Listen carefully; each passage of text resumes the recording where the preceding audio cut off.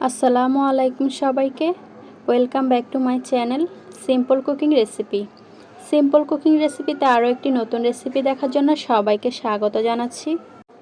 আজকের পর্বে আমি আপনাদের সাথে শেয়ার করব খুবই মজাদার একটি মাছের ভর্তা রেসিপি।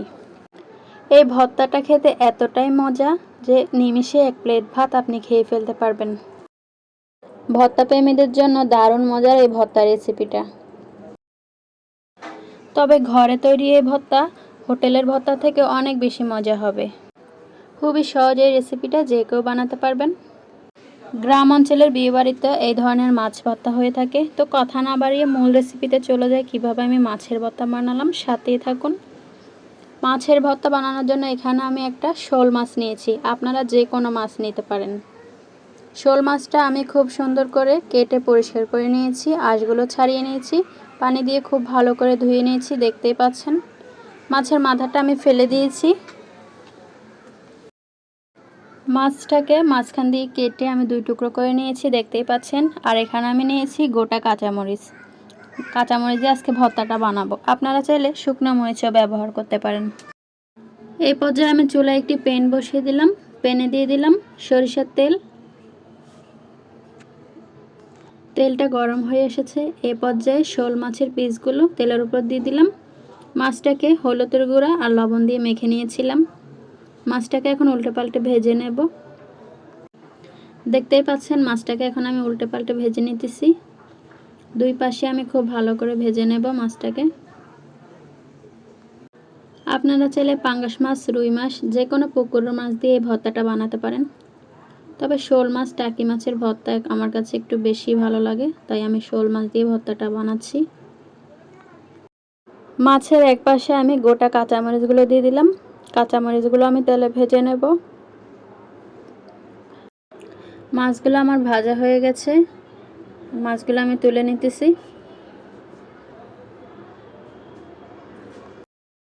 মাছগুলো তুলে নেওয়ার পর কাঁচামরিচগুলো ভেজে নেব খুব ভালো করে। কাঁচামরিচের এক পাশে আমি পেঁয়াজ কুচি দিয়ে দিলাম। পেঁয়াজ কুচিগুলো আমি তেলে ভেজে নেব সরিষার তেলে। এখানে আমি মাঝারি সাইজের একটা পেঁয়াজ কুচি দিয়ে দিলাম। পেঁয়াজ কুচি আর কাঁচামরিচ কুচি একসাথে খুব ভালো করে নেড়েচেড়ে ভেজে নেব তেলে।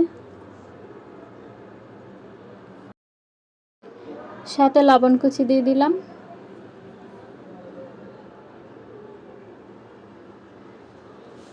লবণ দেওয়ার পর সব কিছু একসাথে খুব ভালো করে মিশিয়ে নেড়েচেড়ে নামিয়ে নেব। দেখতেই পাচ্ছেন পেঁয়াজ কুচি আর কাঁচামরিচ আমার ভাজা হয়ে গেছে।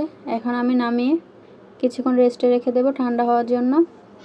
এইদিকে মাছগুলো তো আগে নামিয়ে রেখেছিলাম, মাছগুলো ঠান্ডা হয়ে গেছে। এখন আমি মাছের ভর্তাটা বানাবো। মাছের গায়ের কাঁটাগুলো আমি বেছে পরিষ্কার করে ফেলে দিতেছি। মাছের কাঁটাগুলো খুব ভালো করে পরিষ্কার করে ফেলে দিতে হবে। পাঙ্গাস মাছ দিয়ে ভর্তাটা করলে কোনো ঝামেলাই নেই, পাঙ্গাস মাছে তেমন কাঁটা নেই। অন্যান্য মাছ দিয়ে ভর্তাটা বানালে কাঁটাগুলো খুব ভালো করে চেক করে নেবেন। কাঁটাগুলো আমি খুব ভালো করে বেছে পরিষ্কার করে নিয়েছি। এই পর্যায়ে মাছগুলোকে আমি খুব ভালো করে হাত দিয়ে মাখিয়ে নেব। মাছটাকে খুব ভালো করে মাখিয়ে নেওয়ার পর এই পর্যায়ে দিয়ে দিলাম ভেজে রাখা পেঁয়াজ কুচি, সাথে দিয়ে দিলাম ধনেপাতা কুচি। এই পর্যায়ে ধনেপাতা কুচি আর পেঁয়াজ কুচি খুব ভালো করে হাত দিয়ে মাখিয়ে নেব।